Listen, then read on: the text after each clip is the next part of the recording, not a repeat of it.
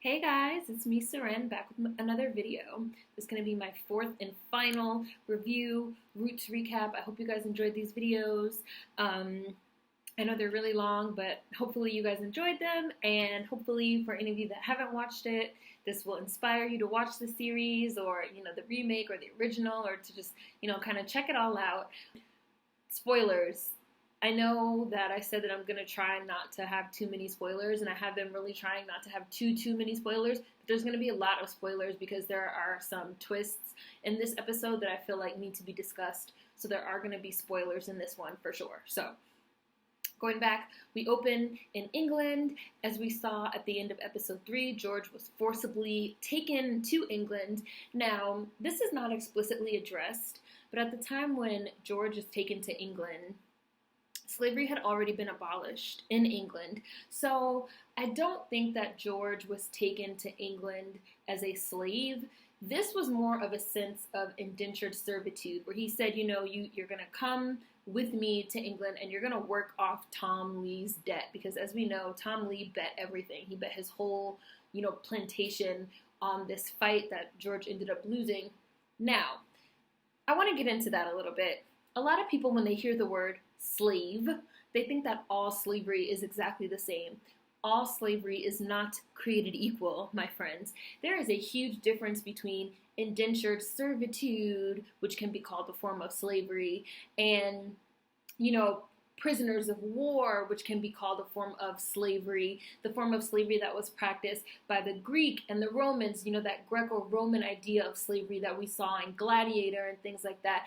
All of those things, even though they may fall under the umbrella of slavery as a term, are not the same. And none of those things were the same as inherited race-based chattel slavery, which was a uniquely American institution because no other institution had an idea of slavery as inherited. So as in, I'm enslaved, so my children are also going to be enslaved because they inherit it, and their children are going to be enslaved because they inherit it. Prisoners of war did not have inherited slavery. Indentured servants did not have inherited slavery. The gladiators of Rome did not have inherited slavery. That was unique. Race-based slavery was unique, where an entire race of people could be enslaved strictly because of the color of their skin, not because they were prisoners of war, not because they had been captured, not because they owed someone money or goods, strictly because of the color of their skin.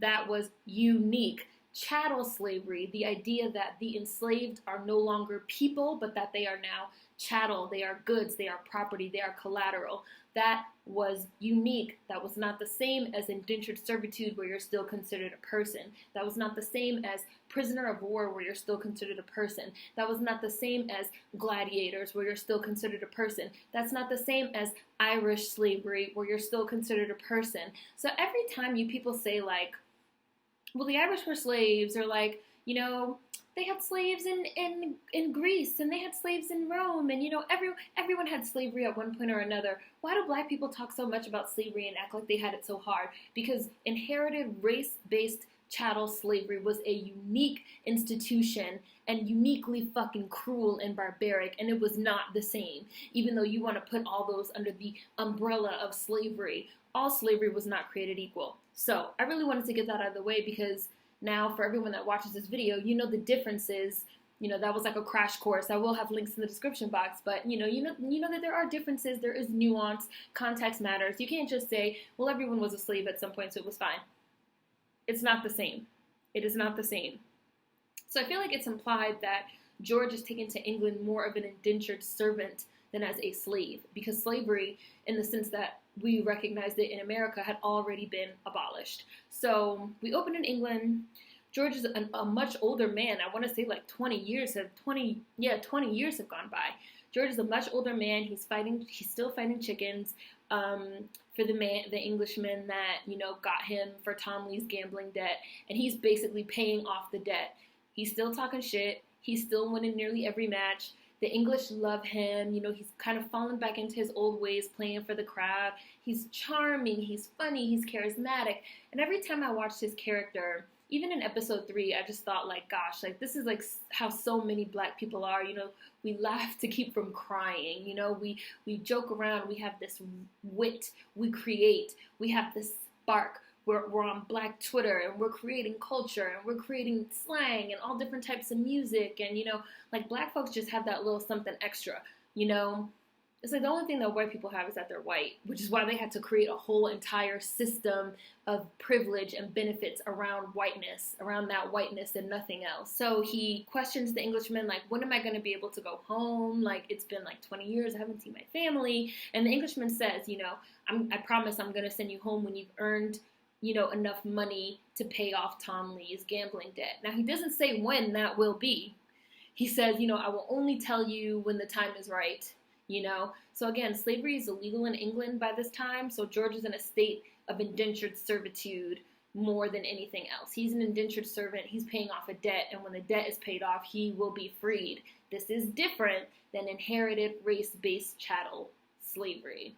All right, so by the time he sends George home, it's been like 20 or 30 years. We see that George still has the beads. We see him on a boat going back to America. They like did the makeup on him so he looked old. He had like white hair and he's like got the beads.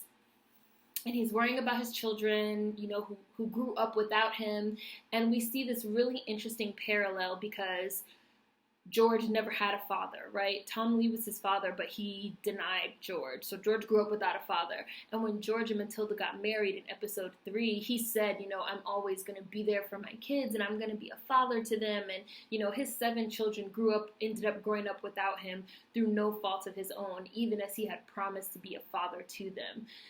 And it's just like slavery was so barbaric in the way that it split up Black American families, and those echoes still carry on to this day with our family structures, and mass incarceration, which I've talked about before, is a new form of slavery and how that breaks up families. And, this idea of splitting us up is really ingrained into our society. It really, really is. So George gets to the farm. It's the year they show us in like title cards. There's a lot of title cards in this one because there's a lot of jumping through time in this episode. So they show us in title cards that George arrives at the Lee farm the year before the Civil War, and he sees that the farm is burned and it's abandoned. There's hardly anyone there. He has no idea where his family is, but he is shown his mother's grave by an old woman that's still there. And so he knows that she died, and she tells him, your family was sold. I don't know where, but, Massa can tell you because Massa's still here. And George is like, oh, Massa's still here? So he goes in the house, which is dilapidated. There's like chickens in there, like it's dirty as fuck. Old ass Tom Lee is sitting there with like no teeth and like white hair, with a gun, and he's like, I know you came to rob me, and I'm gonna kill you, blah, blah, blah, and George is like, it's me. And then I think he says something like, it's your George, something like that. And when he says that, Tom Lee starts to cry. It's just like, you're full of bitterness, and now you're at the point where you've lost everything, and the sight of your son, your only child, as far as we know, reduces you to tears. Maybe you should have fucking treated him a little bit better. Or, not sent him all the way to England, or actually claimed him as your child. But the fact that you're white and he's Black, you refuse to do that. So he reveals that he lost everything. He says that his wife ran off, Patricia. He lost everything to gambling debt because we see that he loved to gamble with the Cox. He sold George's family. Once he started selling some of his other slaves like ran off, and now he has nothing and he has no one, and he wonders like, who's gonna look after me now? And he says something like, are you gonna look after me now, George? Like, my George? And George tells him like, you're soulless and evil, and I would never look after you. And Tom Lee now that he's fucking old and sick and alone, decides he wants to claim him. He says like, oh, we got the same blood, boy. Like, you can't tell me I'm soulless and evil, because what does that mean about you? And then George says, everything good and strong about me is my mother, Kizzy, and my grandfather, Kunta Kinte. And everything weak and selfish in me is you, Tom Lee. And I love that they have that exchange, because I feel like that's something that a lot of Black Americans struggle with. Reconciling our European blood and our history with white people. I remember one time I read a quote that said something like, Black Americans and white Americans have this like inextricable link where we're like tied up with one another because of slavery. You know, and that New York Times piece that said that your average Black American has 17% European ancestry, you know, almost a full quarter, regardless of whether or not you even have any white people in your immediate family, you still have that much European blood in you. And that's a lot to struggle with and to reconcile. And again, I think that's why a lot of people are tired of slave narratives, because it's very hard. It is a struggle to reconcile with, you know,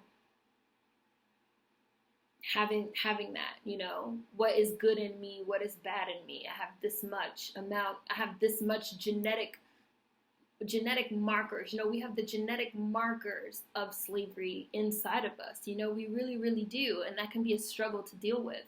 The History Channel YouTube did this series where they had the people that were in the mini-series, whatever, do their genetic testing, like their DNA testing. So they had LeVar Burton, who's the original Kunta, and they had Malachi Kirby do it. Now, Malachi Kirby is British. He's from London. He's a child of immigrants, and he had like 0.1%,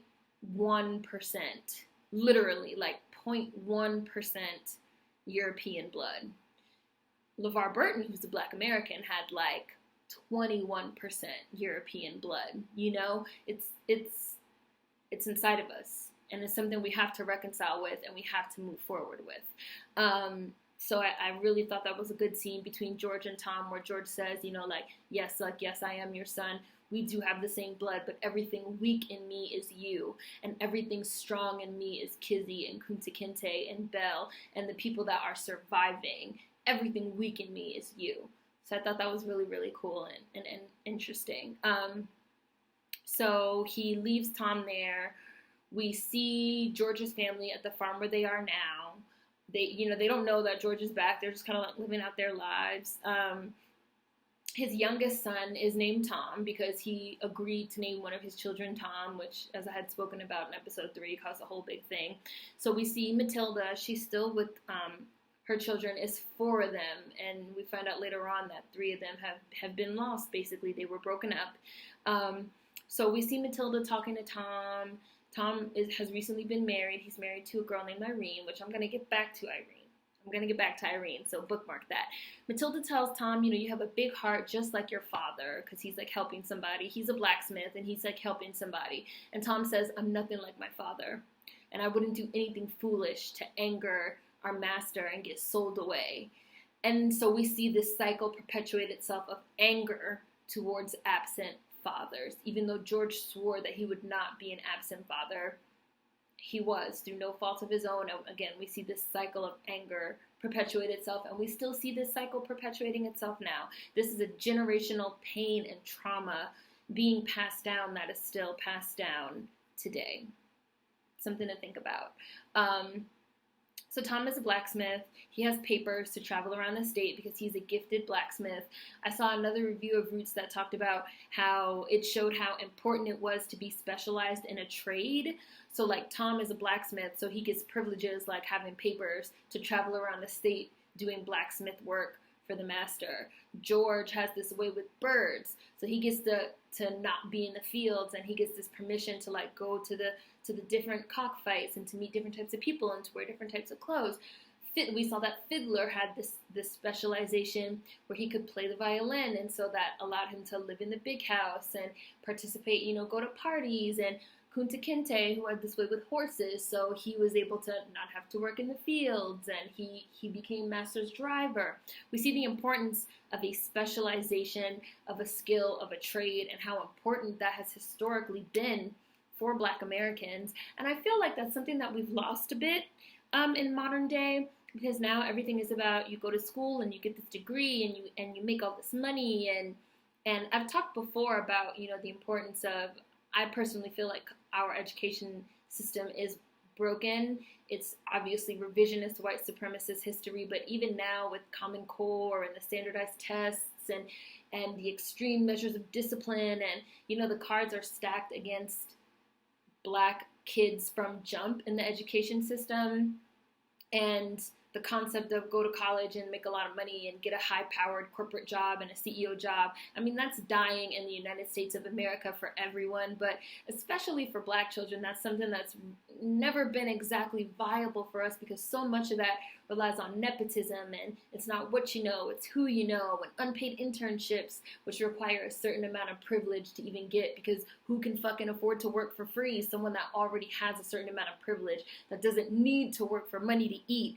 So I wish that we could put more of an emphasis on learning a trade, on getting a specialized trade, on, you know, going to trade school. I've said in other videos, I feel like after high school, people should go to trade school, learn a trade, work, save some money, decide what they want to do with their lives, and then maybe go to college. Because now, no matter what, you have that trade, mechanic, plumbing, electrician, you know, whatever, construction, whatever. You have that trade, you can always make money off that trade, and no one can take it away from you. And in Roots, we see an example of how having a trade, a specialized trade, really benefited us, you know, here in this country.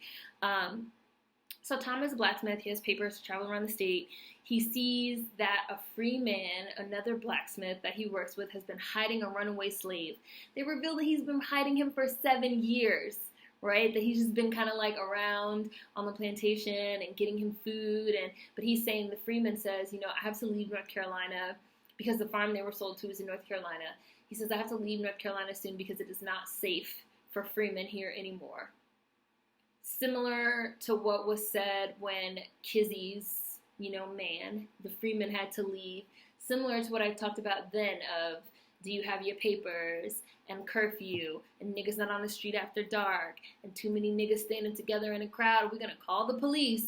You know, the same exact ideas and mindsets that we see perpetuating now, you know, the way that white people look at us and they view us with this fear and this suspicion when we're out on the street, that started back then. And he says, you know, it's not safe, I can't stay here, I have to go. And again, these are also the seeds of the Great Migration being sown. Even as slavery came to a close, white people could not handle us being free, and they still can't, you know? And the Great Migration was, even after slavery ended, the violence against Black Americans and not being able to find work and being lynched and being still held to these Jim Crow laws and this substandard of living caused, you know, millions of us to leave the South and flee north, which is how my family ended up in Washington, D.C., where we've been for almost, you know, 100 years now. But my family was originally from Greensboro, North Carolina. They left during the Great Migration in the 20s. And again, it's not safe here. It's not safe for freemen here. I got to go. So Tom initially refuses to help because he's of this mindset of, I gotta do what's best for me, but he ends up agreeing to carry the boy into the woods as far as he can, and then he lets him out. So Tom is away when George arrives at the farm. I think it's the Murray farm. He has a pistol because he took the pistol from Tom. When he walks onto the farm, they confiscate it because he has it in his waistband. And they ask him why he's there, and they really just disrespect him and look at this nigger's fancy clothes and his fancy hat, and he stands there with his hands up. So he stands there like this with his hands up. And then they take his gun and they're ridiculing him and, what are you doing here, boy, and yada yada yada. And he stands there with his hands up, and I just gasped, you know, like this just all echoes everything that we're going through now. I have to stand here because they pull guns on him as soon as they like see him walk onto the property, and then when they see that he has a gun, they take it and they pull guns on him. They put a gun to his head and they say, like, if you don't say who you are right now, I'm gonna shoot you in the head. Like, I'm gonna shoot you in the head right now. And stand with your hands up, boy. Look at these fancy clothes. Listen to his smart mouth. This is a nigger with a gun. How do I know you're not here to cause trouble? All echoes of the very same words and ideas used even now to justify the treatment of Black people in this country. And why can't you just stand there with your hands up? And why can't you just do what the police said? And why can't you just not talk back and keep your mouth shut? And why can't you just be fine with them calling you a nigger? Why can't you just be fine with them calling you boy? And you just stand there with your hands up and everything's going to be fine. And this idea that we're still slaves, that we're still enslaved. Every time people use those type of sentences and language, well, and why didn't you just do this, this, and this? Because I'm not a slave anymore, okay? Because it's 2016, and we're not enslaved anymore, and we don't have to be held to a fucking certain standing of living anymore. We don't. sorry to be the one to burst your bubble and let you know that it's 2016 and we are not enslaved anymore, but we don't have to stand with our hands up while a white boy holds a gun to our heads because he fucking feels like it because he can. It was very powerful. It was very well done. And him standing there with his hands up was a clear indicator of Black Lives Matter, of Mike Brown. It was brilliant. It was brilliant. It was brilliantly done. And I would definitely show Roots, to the younger teens and stuff like that, just because I think they'll be able to really identify with what's going on right now and with what they see in the series. So George is standing there with his hands up as they fucking poke him and prod him and talk shit to him. And then he sees Matilda and he says like, oh, like my dove, my morning dove. Because when he was first courting her in episode 3, in episode 3, he tells her like, I know about birds. And she says like, oh, what do you know about birds? And he says like, you're my morning dove. So he says like, oh, my morning dove. And she just immediately like starts to cry. And they're like, oh, Matilda, do you know this boy? He's older than them. Matilda, do you know this boy? And she says, that's my husband. And when he sees her, he goes, she's like up on a balcony in the big house because she like works in the big house. She's like I always want to say handmaiden, but handmaiden is not the word, but whatever. She's like the handmaiden of the wife of the master, of the mistress or whatever. So she's like in the big house. So when he sees her up on the balcony, he goes to take a step forward. Murray's son, I think his name is Jeffrey. If that's not it, it'll come to me. He's a nasty piece of work. Racist as fuck, hates black people. George takes a step forward. He pulls the gun out and says, I'll kill you right now if you step any further. You already took his weapon. You already took his pistol. He's not threatening. He's still standing with his hands up. He just took a step forward. You cocked your gun and said, I'll kill you if you step any further. Our just being black they see that as a threat. We don't have to be anything, do anything threatening, which is why respectability politics of do this and do that and do this and do that so they won't kill you makes no sense, because us just being black is threatening enough. So it doesn't make any sense to try to fucking follow these rules, whatever the fuck the rules are, because you just being black is scary just because you black, and they're going to want to kill you just because you black. So I don't even want to hear the nonsense, because you are not a slave anymore. You don't have to follow no special set of rules just for you. Sorry, you don't have to do it. They're going to fucking want to kill you anyway regardless. So just do you. George, when he says like, I'll kill you if you take another step, George says, I'm free and I have my papers. So he pulls out his papers. Show me your papers, boy. What you doing out here on the street after dark? Murray said, okay, well, that's fine. But you have to wait at the end of the road until the end of the workday, because Matilda can't talk to you yet because she's working. And I was just like, oh, you just a nasty fucking piece of work, aren't you? So we see the rest of the workday kind of go by, and we see George waiting out by the road, waiting and waiting and waiting and waiting. They can't do anything because he's just standing there waiting. But you can see that Jeffrey, I really hope that's his name, that Murray's son does not like it. He does not like that he's standing there. He obviously hoped that he wouldn't want to wait and that he would just leave. So they're already clashing from the minute George arrives, because George is not doing what he wants. And again, this is something we see over and over play out even today with white people. Oh, turn your music down. I don't have to turn my fucking music down. I'm in my own car. I'm listening to my own music. I don't have to turn we in a public fucking parking lot. I don't have to turn my music down. Oh, you don't want to turn your music down? Pow, pow, pow. I will shoot into the car full of fucking people because you're not doing what I want. And I'm white, so I gotta be right. That's Jordan Davis, okay? If you don't do what they want, it's a problem. It's problems. And again, these are trees that have grown from seeds that were sown during slavery.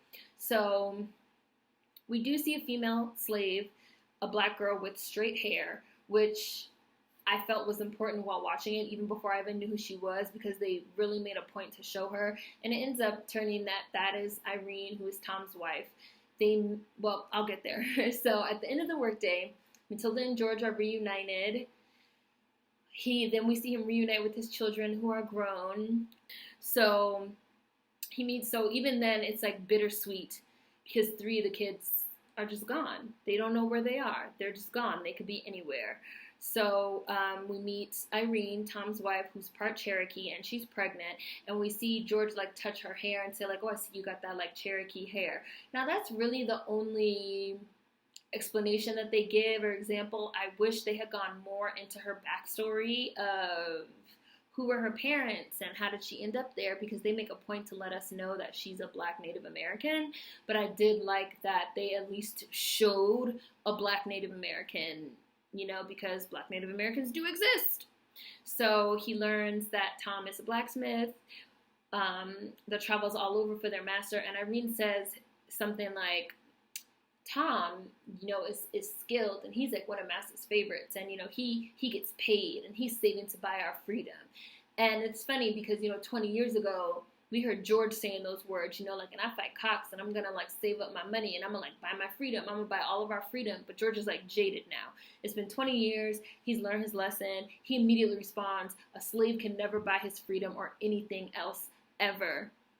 He's really learned his lesson that they are at the whim, really, of their masters, who are like children. They're cruel, they're punitive, they don't play fair, they don't play by the rules. So if the rule is you're going to save up your money and then you're going to buy your freedom, yes, that sounds very nice and wonderful and lovely, but white people are cruel and punitive, and they don't play fair, and they don't play by the rules, and they switch up the rules at any moment, and they move the goalposts, and you cannot depend on them. And that is something I really wish that people would catch on to now in 2016 instead of trying to reason with these white folks. So I love that we've seen that character development with George. We've seen him progress. We've seen him as he was in the beginning of his life, and not to say that this is the end of his life, but we've seen him as he was in the beginning, and we see how he is now. He has definitely matured and changed and learned lessons. So he finds out that only 4 of the kids could stay together, that the other 3 got sold off, and he basically says, it's my fault for believing in white people. It's my fault for believing in things that weren't real. It's my fault for believing that Massa could do right. It's my fault for believing that showing off for Massa and doing things for him would garner favor or respect. George basically got his Negro wake-up call, despite the fact that Massa was his own father. He got his Negro wake-up call that no matter how much tap dancing and singing and shucking and jiving and cockfighting and saving him from his duel, and I'm still a nigga and they're still not, and anything else is not real, and that's just the way that it is. Negro wake-up call. And we're really still perpetuating a lot of these cycles in 2016 of believing if I just do this, if I just do that, it's nothing you can do. At the end of the day, you're a nigga and they're not, and that's just the way that it is. So we see, his name is not Jeffrey, his name is Frederick. That's his name. So we see Frederick's wife. His wife is Anna Paquin. I really don't know her name because I just kept thinking, Sookie. Every time I saw her, all I could think was Sookie, which is True Blood. So Frederick's wife is Anna Paquin, and they're this picture of just Southern gentility, and they're reading the secession papers, and they just cannot believe it, and Frederick is just so infuriated. He is like, the North cannot tell the South how to live. And Anna Paquin says, they don't understand, there's no South without slavery. And I felt like there was some historical tweaking there, because there were states in the North that did have slavery, like New York. So there was some tweaking there, but whatevs. People always try to play it as if there was absolutely no slavery in the North and it was strictly a Southern thing.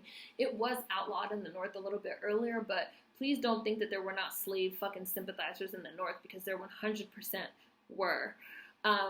So since Frederick is such a Confederate sympathizer, they run tests, weapons tests for the Confederate Army on the Murray Farm, which I thought was really interesting because we see that George's youngest son, Tom, who is the blacksmith, the head blacksmith for the master, Murray, you're creating weapons. You create weapons for the Confederacy. They're running these weapons tests. So every time you create a pistol or a cannonball or a cannon or you horseshoe a horse, you're creating weapons for the Confederacy. You're creating weapons for your own enslavement.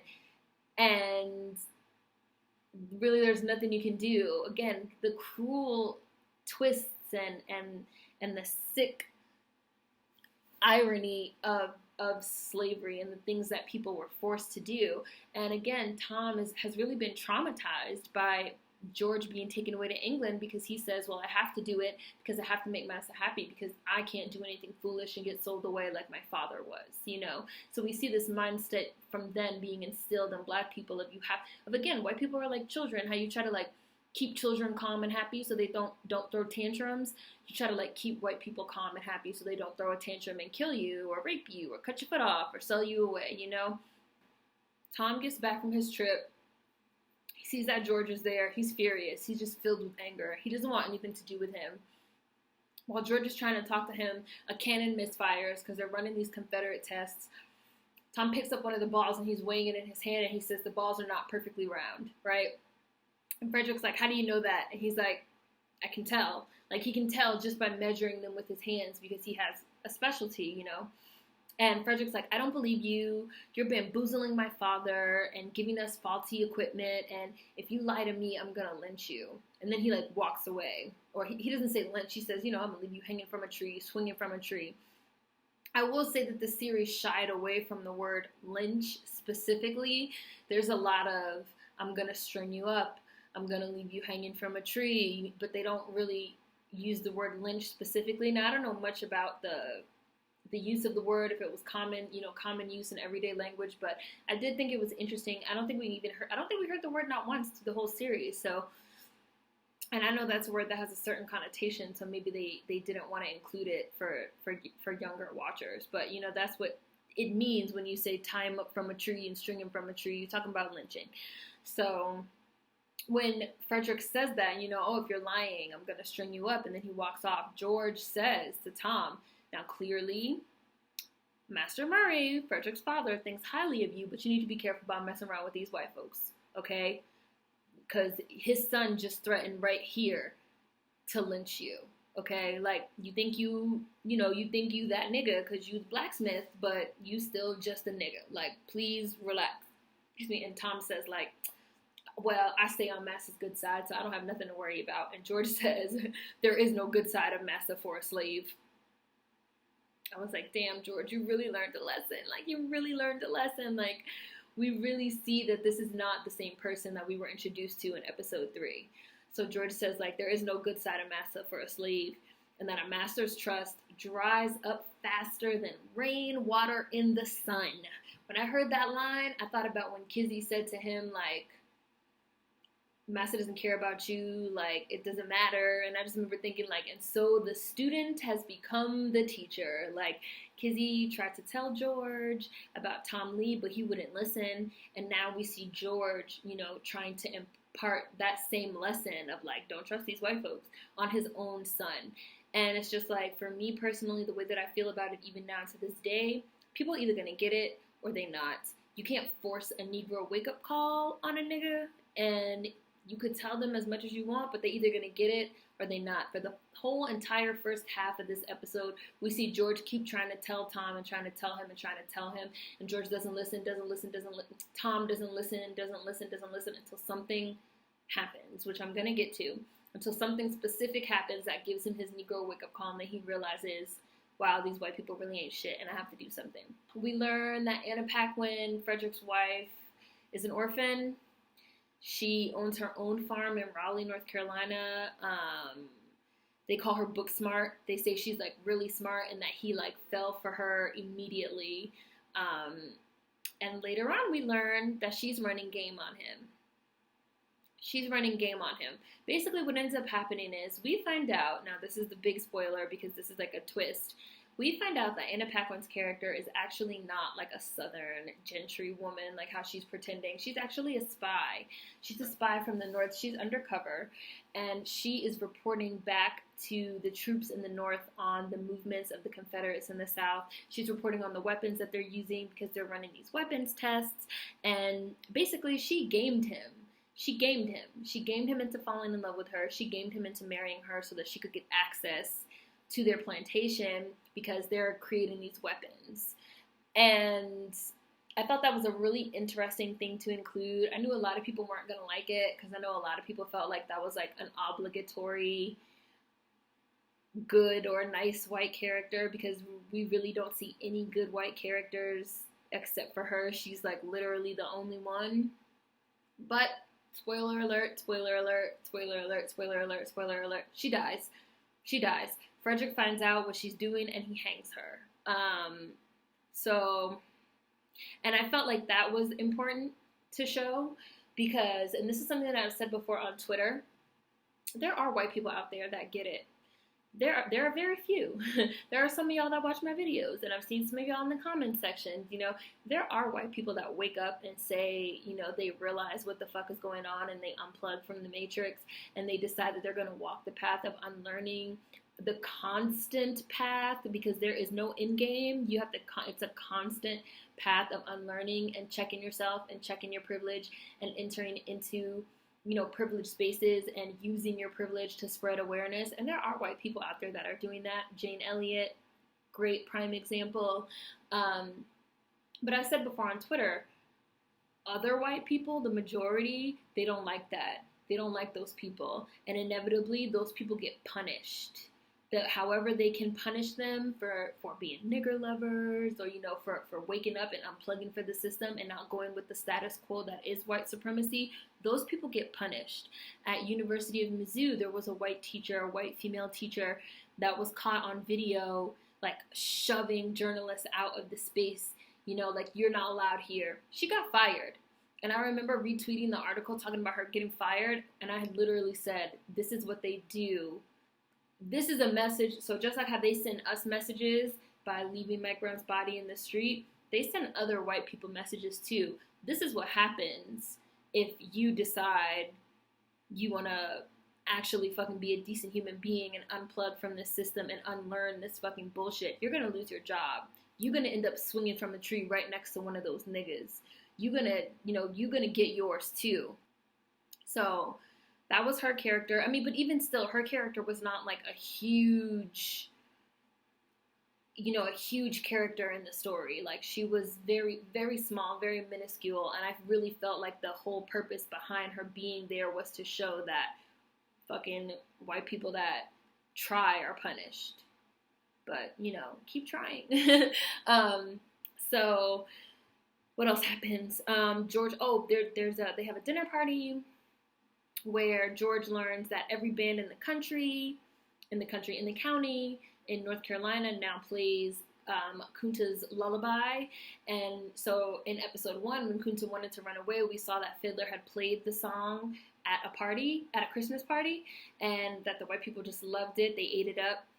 And now it has traveled all over the county. So it went from being first performed at a white event by Fiddler as a signal for Kunta to run away. Now it has been co-opted into this southern, you know, ballad, you know. And Matilda says, you know, it's changed a bit, but every time they play it at a function, you know, I can still hear Mama Kizzy humming it. And it's just, and George is like in shock, like, this is my mom's song, this is my grandfather's song. And it's just, and it's just like, these white people have no idea where it comes from. And this is a clear nod to cultural appropriation. And this is a clear explanation of why cultural appropriation is some fuck-ass shit. White people hear things from us, they take it, they claim it, they don't know the history behind it, they don't know the culture, they don't care, they don't understand that it has meaning, that song or that hairstyle or that style of dress has meaning, it means something. Like this song in particular, it came from Jufure, it came from Kunta, it came from Kizzy, it was a link back to where they came from. It meant something very, very specific. And now it's just, oh, that's just like a song that, you know, song of the South, you know, like, oh, it's a song that all the white bands play, you know. And it's even funnier because then these people will say, black folks don't create anything. Black folks didn't create anything. Like, nah, nigga, we created everything. You just strip it of where it came from and you claim it for yourself. And that is cultural appropriation in a nutshell. So I loved that scene. Later on, we see that Frederick is planning to re-enslave George. So there's a law in North Carolina where a freed slave can be seized and re-enslaved if he's been in North Carolina 90 days. There were all these laws to like get around having to free slaves. You know, they passed the Fugitive Slave Act, which meant that even if a slave escaped to a free state, the slave owners could like go to the state and collect them and take them back, even though technically they're in the free state, they're free. You know, there were these laws of, you know, after 90, if you spent 90 days in a state where slavery is still legal, you can be legally seized and put back into slavery. And the country was definitely a nation split in two with all these various types of laws and ideas. So basically a slave could only be free if they leave the state. So Matilda finds out because one of George's kids, this is like in the stable that Frederick's having this conversation, and one of George's kids is in there. And they tell Matilda. Matilda tells George, you have to go. So originally he's like, I'm not leaving. Like, I just got back. Back with my family. And she's like, you have to go. Like, you have to go. Like, I refuse to let you be re-enslaved. Mama Kizzy and Kunta will want you to be free. So she makes him promise. He promises to leave. He leaves the next morning. He tries to give Tom the beads that were passed down to him. So from Kunta to Kizzy, from Kizzy to George. And George tries to give them to Tom, but Tom refuses them because he's angry. He's still angry, like, you're leaving again. So he gives them to, I want to say one of the other kids. Maybe Uriah. That's like, I'm sure he's going to get them. So we end up seeing later on after he leaves that Irene has the baby. It's a girl. And Irene has the beads. So Irene keeps the beads. She and Irene loved George. We really saw them forming a relationship while George was there. And we see her telling the stories to the new baby about Kunta Kinte, about Africa, about the special words you say to a new baby. She's like, I wish I knew, what to say. And Tom says, they're just stories. And to me, that was also, hearing him say that, that's also part of the horror of slavery, right? They cut us off from our own history, from our own heritage, from our own knowledge of self by splitting up our families. So we have no way of knowing what's real and what's not real. We don't know if jumping the broom is actually an African custom or if it's not. They say like, oh, we're told that was an African custom. And Kunta's like, no, we don't do that, Tom has no way of knowing what's real and what's not because he had never met George. He had never met Kizzy. They were sold away. He had never met Kunta Kinte. When white people tell you so proudly, and I can trace my family lineage back, 7 generations, that means they know their lineage, they know their history, they know who and what and where they came from. They have a tether to their own legacy, and that matters. And they deprived Black Americans of that for centuries. Really let that sink in. So at that point, the story kind of splits, and we go back and forth between George's kids and his family with a emphasis on Tom and George, who has left. So he leaves. He's trying to get on a carriage to get north. He meets T.I.'s character, who T.I. is a runaway slave, and he's like a real, I don't take no shit runaway slave, which is ironic considering he's the one that brought the world the Australian Voldemort, aka Amethyst Kelly, aka Outback Jane, aka the Bigfoot Wallaby, aka the albino kangaroo. So it's really ironic to see him playing a take no shit from these white people escaped slave when he supported a white girl who said, I'm a runaway slave master. I think he's trying to get back in the circle. I feel like T.I.'s been trying to get back into the circle for a while now, but you ain't in the circle, bitch. You ain't in the circle, bitch. You not getting back. This is the circle, and this is you over here, T.I. But I have to say that I do think he's a pretty good actor. He's a decent actor. He's in ATL, which I love. He was in Ant-Man. He was in, Taker, Idris Elba, and Chris Brown, and Michael Ealy. So I think he's a pretty decent actor, and he was very good as Cyrus. In the scene where we meet him, this white guy is letting free men that have papers. Now you have to have your papers to get on the carriage. He's letting them get on the carriage and ride with him up north. T.I. says, I want to ride inside the carriage. And the white guy's like, no niggers in the carriage. And he's like, well, this paper that says that I'm free says that I can ride inside. I'm a man just like you. He's very much I don't take no shit. He's a I don't take no shit from you white boys. I don't give a fuck type. So George doesn't get in the carriage, and neither does T.I. So they start walking. T.I. says that he's trying to make his way to a Union fort so he can get a gun and fight for the resistance. So they end up, they're making their way.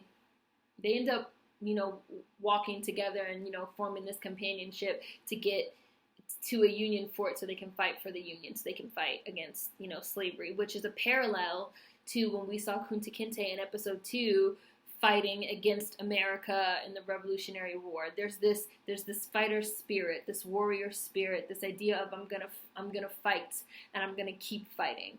So after that, that's when we find out that Anna Paquin's character is a spy.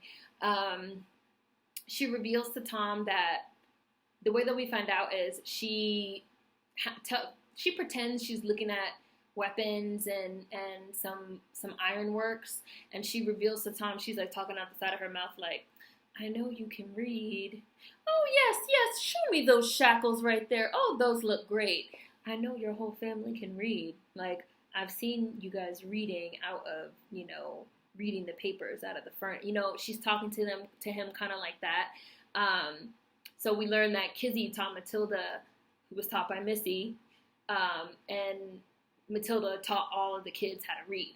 And Anna Paquin's character tells Tom she's a spy for the North. She's there to gather information. She asks for his help. And he's like, how can you ask me for this knowing the danger that it puts me in? And I was like, that's a valid fucking point. Why are women always asking for shit? You know the danger this is going to put me in, and you still going to ask me, So he initially says no. What ends up happening is after the Civil War starts, so we jump forward a little bit in time again, and the war starts. And Frederick ends up, her husband, Frederick, the master's son, ends up enlisting in the Confederate Army and allowing them, to stay on the farm. So they foster Confederate troops on the plantation. And what ends up happening is they rape Irene, like they gang rape her, like 3 or 4 of them. Very graphic, very explicit. I have a real thing about rape, not to say that people don't, but like I cannot watch rape scenes. Like I can probably watch a murder scene just fine. I can watch somebody getting stabbed. I can watch when they cut Kunta Kinte's foot off, fine, graphic, blood, guts, and gore. But like a rape scene, even an implicit, now this was an explicit, it was graphic, but even an implicit rape scene, like I can't, I have to turn away, like I just can't. So there's a really graphic gang rape scene, which is unfortunate because we don't learn, I feel, enough about Irene. Like, again, we don't learn about who exactly her parents are, what exactly her lineage is that led to her being a Black Native American, how she ended up on the plantation. I feel like we don't learn enough about her for that to really resonate with us as an audience. It was really used as a plot device because so Tom has like a hard day of like doing his blacksmith thing, and then he like goes back to his house or whatever, his shack or whatever, and they're raping her inside because, they live together, they're husband and wife, and they're raping her inside, and that is what motivates him to help Anna Paquin's character, even though when she initially asked him, he said no. So that's rape as a plot device. That was probably my biggest issue with this entire miniseries, was rape as a plot device is never cool. Like, we see Kizzy get raped repeatedly by Tom Lee, but it is not a plot device. It serves a purpose in the narrative of the story, in her narrative as a character. There's a reason for it. There's really no reason for this except to get Tom to help Anna Paquin. And there were other ways that could have been done, and rape as a plot device is very lazy, and it's a disservice to your women characters, and I really didn't care for it, but that is how Tom ends up accepting Anna Paquin's offer and helping her. So back to George and T.I., we see them trying to make it to the Union line, and they're going through active battle. And now at this point, another man is with them, so it's 3 of them. So the man has a paper, but he can't read it. He's like, I can't read it. So George ends up reading it aloud, and it's a recruitment paper that says, $13 a month for any black people that want to join the Negro Regiment. And T.I. is just, he's very funny. He has this, again, this wit, this sense of humor, this laugh to keep from crying. He says, like, he gets the paper, and he's like, because the guy's like, oh, I got this paper. T.I.'s like, give it here. He gets the paper, and he's like, well, I got the notion to read, because he can't read. And then when George reads it aloud, and it says $13 a month, T.I.'s like, $13 a month? I'll fight 2 wars. It's like, again, that wit, that spark, like that spark that black people have. Like, we just have it, you know? So the guy that's with them ends up getting shot. The George and T.I., they kill the man that shoots him. He's a Confederate soldier, and they take his horse and they ride it to the Union line, and they end up joining the Negro Regiment, I want to say is like what they call it. And we see them go into battle. So back on the plantation, Tom is helping Anna Paquin, and she gives him an assignment to kill a Confederate major with grenades. So they end up going out into the woods with these grenades they basically set a trap, like a booby trap. They're going to like set them in the woods to pretty much blow these dudes up. Anna Paquin has this associate that's supposedly like her slave, like her personal slave, who's Mekhi Phifer. Let me Google it. Personal slave is Mekhi Phifer. It turns out that he's not her personal slave, that he's free. He's a free man from the North, that he kind of went into this sham, this facade with her because, you know, he said, even though I was free in the North, living with my wife and my children, you know, living it up, living the good life, I couldn't continue to know that my brothers and sisters were enslaved and suffering. You know, I had to do something, and I was introduced to Anna Paquin's character, and, you know, we hatched this plan, and we came down here together under the guise of, you know, she's this rich orphan heiress and I'm her slave. He pretends to be a deaf mute, but really he can hear and he can talk. And I really liked what he said about, you know, I'm free, I'm a free man from the North, I have a wife and children up there, and, you know, I was living this good life, but I could not stand idly by while my brothers and sisters suffered. It reminded me of this really famous quote from Emmett Till's mother, where she said, you know, I had a good life in New York, I had a cute, you know, little job, and I had a nice apartment, and I had my son, and, you know, I felt like the shit that happened to them Negroes down south was their problem. It had nothing to do with me. And after what happened to my son, her son being murdered, you know, by white people after he allegedly whistled at a white woman, they murdered him. After what happened to my son, you know, what happens to one Negro is everybody's problem. What happens to the Negroes down south is all of our problem. And that, again, Negro wake-up call. A lot of people love to, like, separate out, like, I live here, I live in the North, so I don't have to deal with that, or I'm this, I'm that.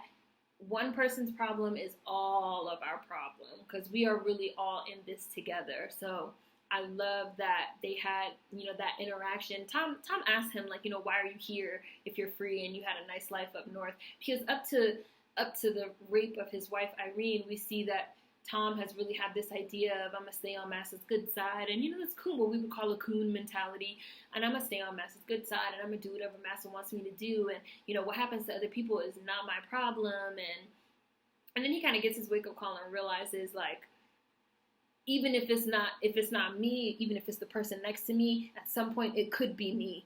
And at some point it was him. You know, at some point it was his wife.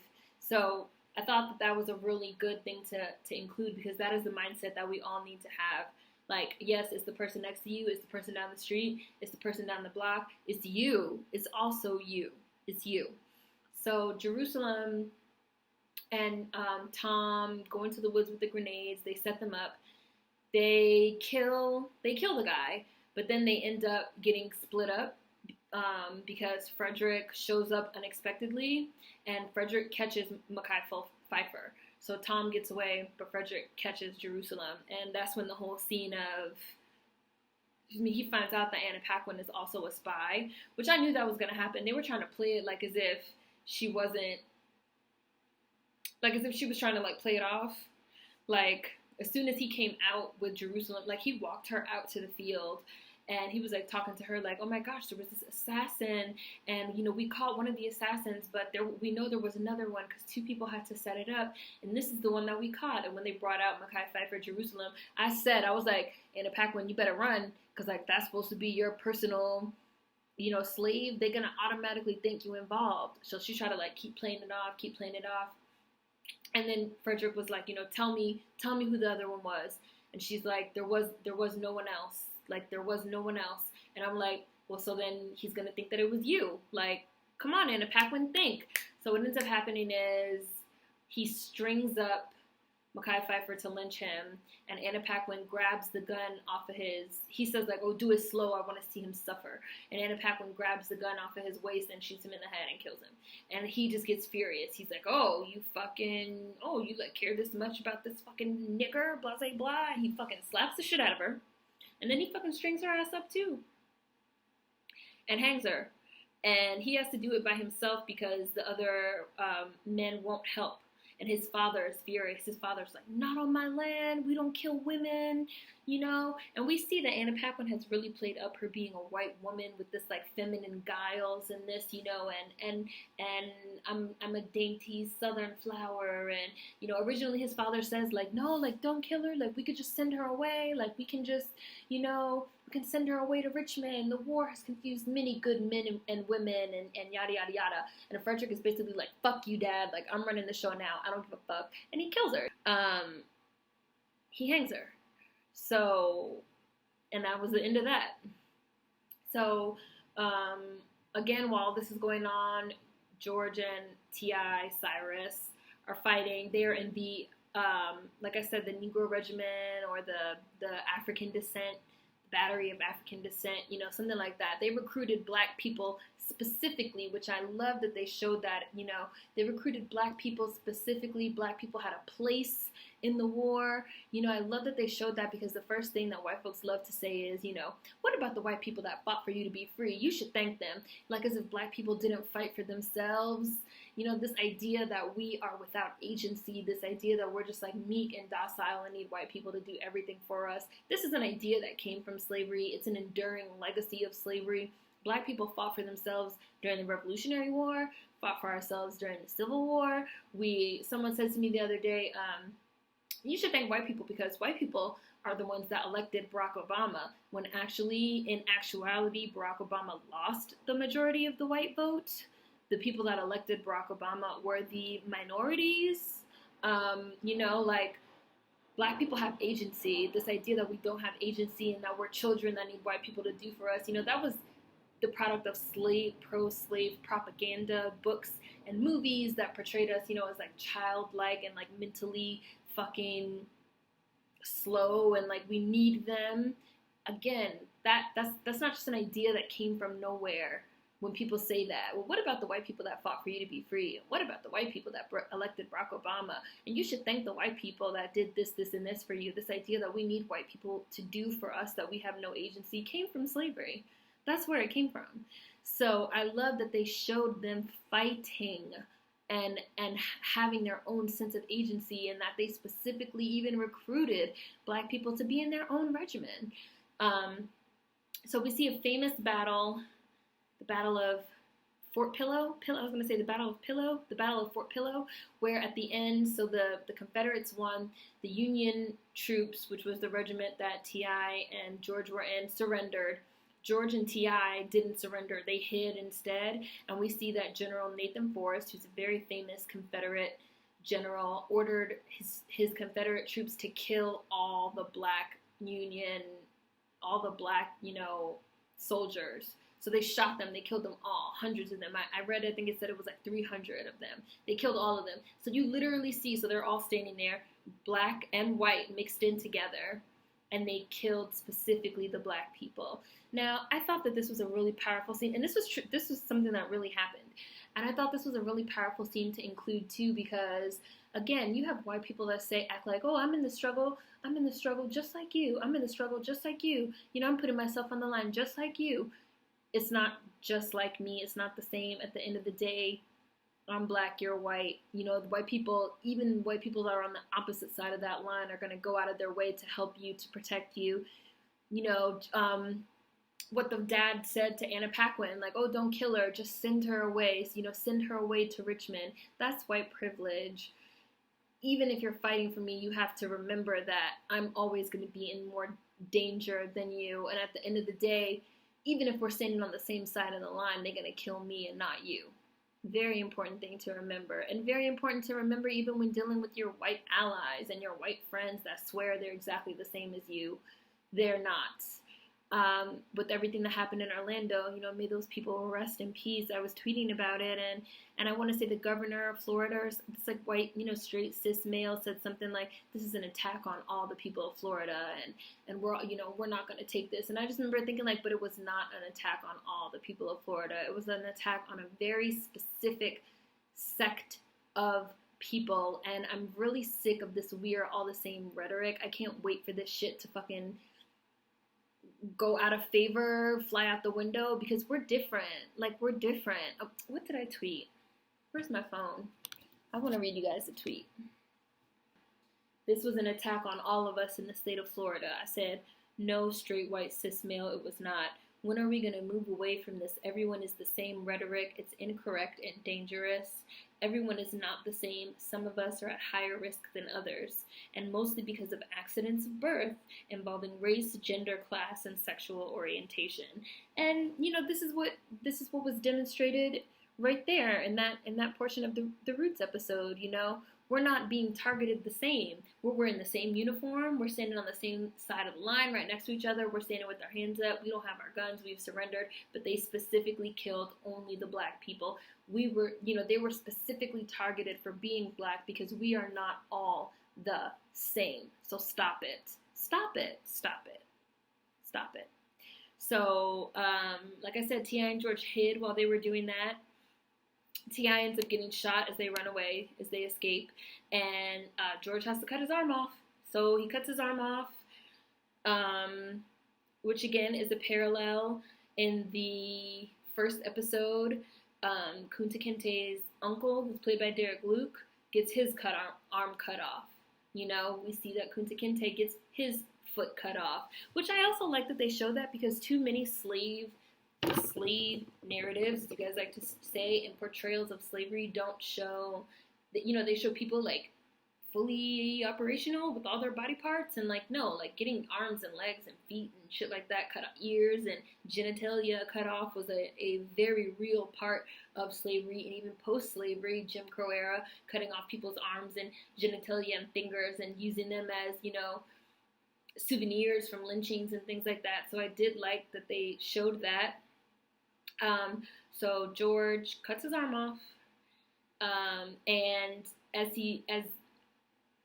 George is getting ready to cut T.I.'s arm off, T.I. says, tell me the story of Kunta Kinte, tell me the story of the Mandinka warrior stolen from Jufure who could ride and swim.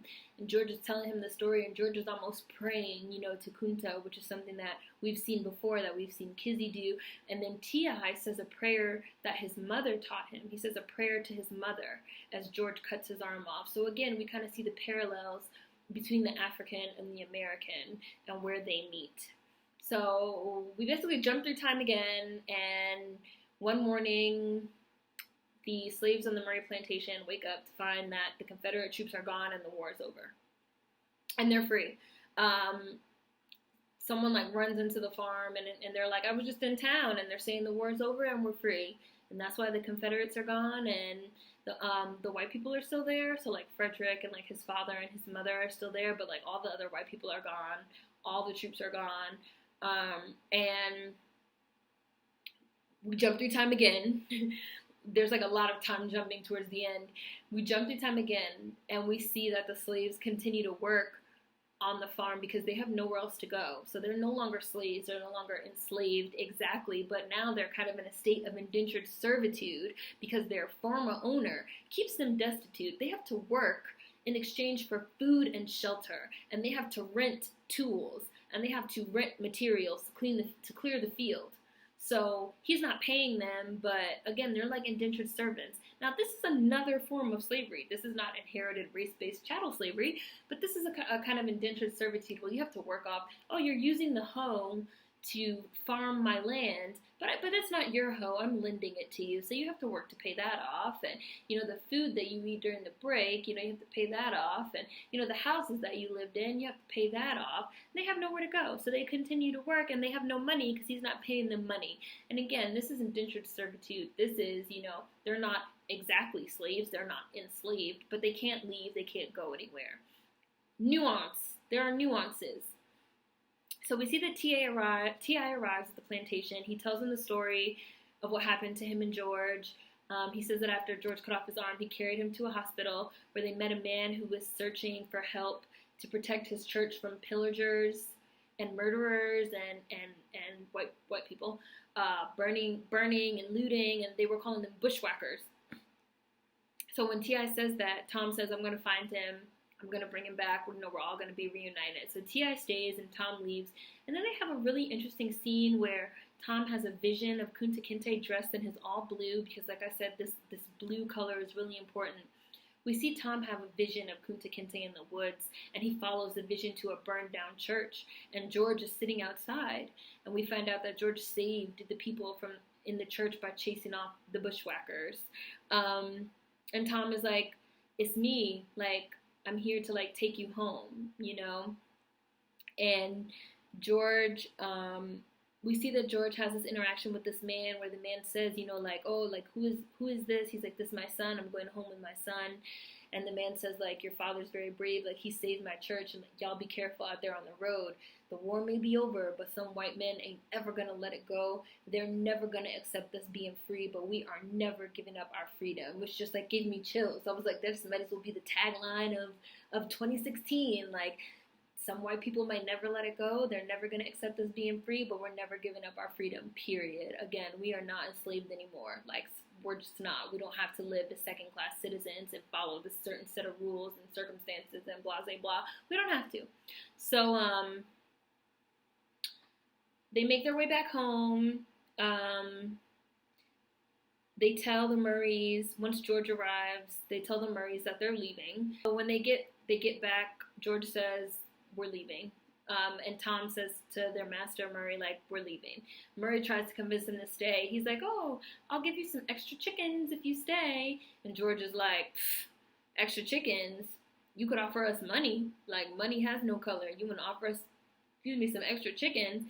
And then Murray's just quiet. Just like I said in the last one, white people are going to try to get you for all that they can get you for, as long as you will let them.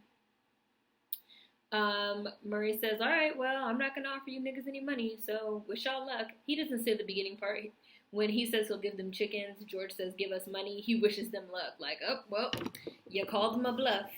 Then Frederick, old bitter ass, pissed because he had to kill Anna Paquin, and mad because his side lost the war, comes out talking about, y'all have to pay before you leave. You owe money for working the farm as freemen. You owe money for using our tools, and you owe money for eating our food. And Tom says, well, we made the farm a lot more money as slaves, so fuck you. And Frederick is like, oh, well, the war may be over, but people like me will always be around to keep black folks where they belong, and I will never see you as equal. And I was just watching, like, this dialogue is important. Like, it's sending a message to the people watching that this is still going on right now in 2016. Like, these type of white folks still exist.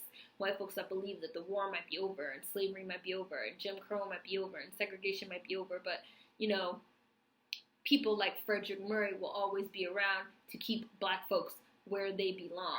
And they will never see us as equals. And then Tom says, like, well, I'm not your equal. Like, I'm better than you. And then Frederick pulls a gun on him, and George shoots him because George still has the pistol that he got from Tom Lee. And then he says, like, that's the best thing my dad ever gave me. Now, again, they're playing kind of fast and loose with the rules because there's no retribution for that, which is kind of hard to believe. But whatever, it's fiction. We're going with it. And we close out with, they're in a wagon. They're on the road. They're heading north. Great migration.